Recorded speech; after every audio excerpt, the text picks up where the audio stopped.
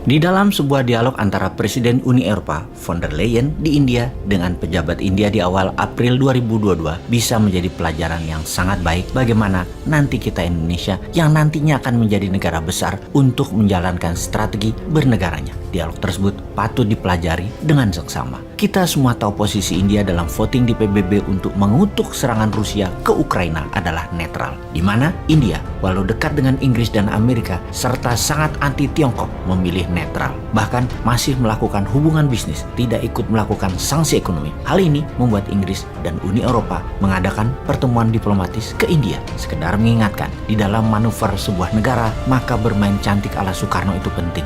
Namun sayang, hingga 6 presiden setelahnya masih belum menunjukkan jati diri bangsa Indonesia sebagai pemain global. Untuk itu, kita akan menjelaskannya. Kita contohkan India. Sebelumnya, kita jelaskan bagaimana Tiongkok bermain dalam percaturan politik dunia. Tiongkok seakan perang lawan Amerika. Namun transaksi terbesar dagang ternyata Tiongkok impor dan ekspornya ya ke Amerika. Begitu juga Amerika. Transaksi terbesar negaranya ya dengan Tiongkok, baik ekspor ataupun impor. Hal itu semua adalah secara dagang atau secara ekonomi. Namun, secara ideologi Tiongkok dan Amerika berseberangan. Jadi yang perang adalah ideologinya, bukan dagangnya. Catat itu ya. Tiongkok yang komunis, Amerika yang demokratis itu sangat berlawanan. Secara ideologi, mereka perang. Amerika ingin semua negara itu menjadi negara demokrasi. Tiongkok tidak mempromosikan komunisnya, namun mempromosikan bantuan dalam tanda petik uang yang di kacamata pertahanan negara adalah jebakan. Tujuannya untuk menciptakan ketergantungan pada Tiongkok. Dengan demikian, tujuan bernegara Tiongkok untuk menghidupi 1,5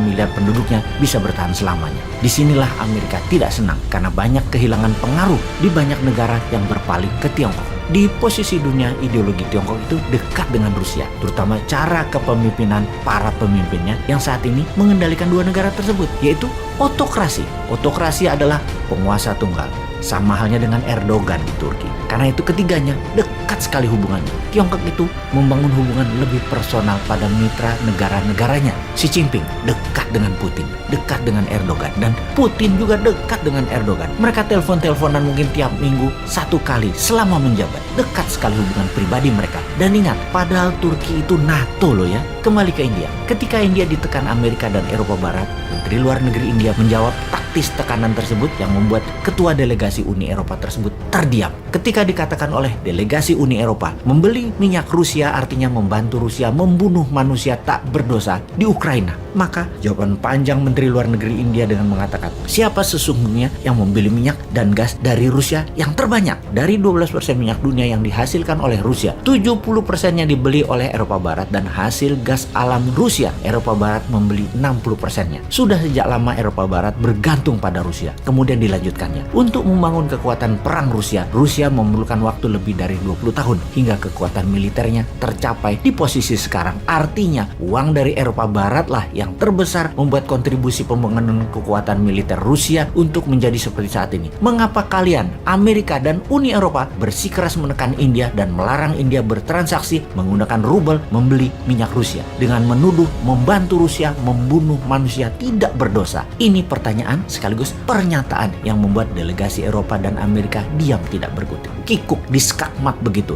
Bahkan Menteri Luar Negeri India mengatakan, sampai hari ke-35 penyerangan Rusia ke Ukraina, kalian masih membeli gas Rusia dan membayar dengan rubel atau emas daripada resiko membuat negara Eropa Barat kalian jadi gelap atau kedinginan atau tidak bisa masak. Kalian tetap berhubungan dengan Rusia. Sekarang kenapa kalian tekan India? Apa hak kalian bangsa Eropa menekan India seperti itu? Kalian sudah memiskinkan India di abad 18 dan 19. Di mana masa itu India dan Tiongkok adalah dua negara Asia. Bahkan India di abad 17-18 tersebut adalah negara paling kaya di dunia. Dalam diskusi tersebut, Menteri India juga menyerang delegasi Inggris dengan mengatakan, kalian Inggris telah mencuri kekayaan India hingga membuat India miskin sebagaimana saat ini. Oh ya sahabat, saat ini India sedang menuntut Inggris dengan meminta kembali apa yang dilakukan Inggris ketika menjajah India. Inggris dituduh telah merampok India senilai 43 triliun US dollar atau senilai 330 kali APBN Indonesia sekarang. Sang menteri pun melanjutkan, kalian Inggris membuat India di masa kemerdekaan selepas Perang Dunia Kedua menjadi negara termiskin dunia. Sekarang kalian mau mengatur India untuk taat pada kalian dan menentang Rusia. India adalah negara berdaulat. India bisa melakukan apapun tanpa ada yang boleh mendikte. Kalimat dari Menteri Luar Negeri India tadi demikian kuatnya sehingga menjadi pembicaraan dunia. Inilah yang kita, bangsa Indonesia, juga ingin mengatakan kepada dunia. Belanda telah merampok lebih dari 30 triliun dolar. Harus kita buat jera itu Eropa Barat. Indonesia harus menuntut dan meminta hak kita dengan menyuarakan kedaulatan negara Indonesia tanpa takut akan pengaruh Tiongkok, pengaruh Amerika, dan pengaruh Eropa untuk punya hak hidup sendiri di atas kaki sendiri. Kita tuntut mereka semua. Sulit kalau Indonesia pakai uang IMF karena ada uang Belanda di sana misalnya. Sulit kalau kita mau berdiri netral, beli minyak Rusia agar harga BBM rakyat murah karena 20% lebih murah beli minyak Rusia daripada minyak Arab dan minyak Amerika, agar Indonesia sungguhnya bisa lepas subsidi minyak. Karena takut